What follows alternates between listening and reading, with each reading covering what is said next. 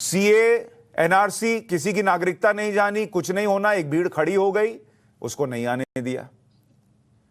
शाहीन बाग में आज क्या हुआ वो आपने देख लिया। काशी में कोर्ट का ऑर्डर था लेकिन अंदर नहीं जाने दिया तो नहीं जाने दिया। लोग ये पूछ रहे हैं और लोगों के मन में ये प्रश्न आने लगा है कि इस देश का मुसलमान क्या देश के कानून से ऊपर हो गया, उसके लिए अलग कानून चलेगा क्या?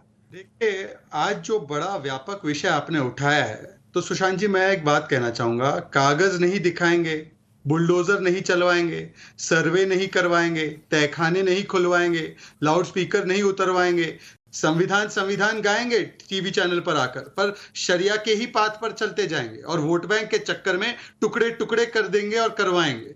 ये देखिए, ये वोट बैंक का वीटो कार्ड नहीं चल सकता। वो एक अवैध प्रदर्शन पर, जिसको सुप्रीम कोर्ट ने अवैध कहा था, अब ये कहते हैं कि ये देखिए, इनका बार बार बहानेबाजी शुरू हो जाता है। बुरहान वानी हेडमास्टर का बेटा था जी, अरे वो याकूब तो हालात का मारा था जी, अरे अफजल गुरु के साथ तो जुडिशियल एग्जीक्यूशन हो गई जी, अरे देखिए ना, वो तो शाहरुख तो टिकटॉक का स्टार था जी, देखिए वो गरीब था। अरे इस प्रकार से होगा क्या? कानून सबके लिए समान है। मैं एक चीज आपसे पूछना चाहता हूं, आज जब श्रीनिवासपुरी में भी घर जो डेमोलिशन उसको हटाया गया, कालिंदी कुंज में हटाया गया, रिठाला में हटाया गया, लोधी कॉलोनी में हटाया गया, मेहरचंद मार्केट में हटाया जा रहा है, ये अलग अलग इलाकों में हटाया जा रहा है, तो वहां पर तो कोई नहीं खड़ा हो गया कि यहाँ के गरीबों की भी बात कर लो।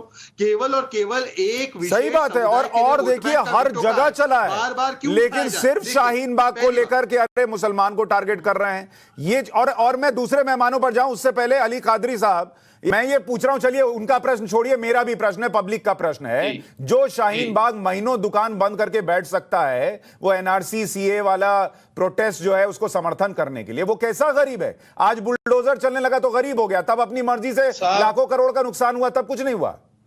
साहब, वो ऐसा गरीब है जिसकी नागरिकता छीनने का डर था सर, जिसका वजूद छीन लेने का डर था, तो वो क्या करेगा? तो तब उसके पास पैसा है।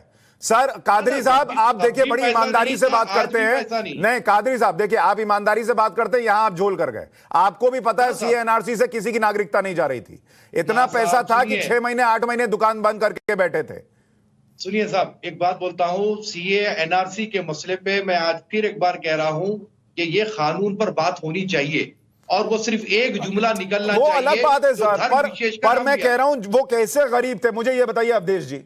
देखिए, सबसे पहले तो अभी जो शाहीन बाग का दृश्य आपके ही टीवी पर दिख रहा है, दूसरे टीवी पर, ये कुछ मकान क्या, ये सब गरीबों के मकान दिखाई दे रहे हैं। ये शीशे से कई मंजिल की बिल्डिंग है, उसमें गटर लगे हुए हैं। तो इसलिए मैं कह रहा हूं कि ये कानून को, अभी तक कानून को ठेंगे पर दिखाने वाले लोगों की एक ताकत रही है। जब कानून कार्रवाई करने गया है तब वहां फिर गरीबी का मसला आ गया। लेकिन आपके प्रश्न के उत्तर के पहले मैं कादरी साहब को एक बात कहूंगा कि दिल्ली में कादरी साहब, अरविंद केजरीवाल जी की सरकार कहती है कि हमारे यहां शानदार रैन बसेरे बसे हुए हैं, जिनको घर में जगह नहीं है वो आके आराम से रहें, सारी व्यवस्था उसकी होगी। 2 रुपए किलो गेहूं, 3 रुपए किलो चावल जगह जगह मिल रहा है। यहाँ 15 रुपए में भरपेट थाली मिल रही है। इसलिए इसकी चिंता तो होनी ही नहीं चाहिए कि अगर वाकई किसी को समस्या है तो उसको रहने और खाने की समस्या, उंगली मत उठाइए। ये मैं सच बोल रहा हूं। दिल्ली में क्या, देश भर में 2 रुपए किलो गेहूं, 3 रुपए चावल उपलब्ध है। कोरोना के काल में 3-3 महीने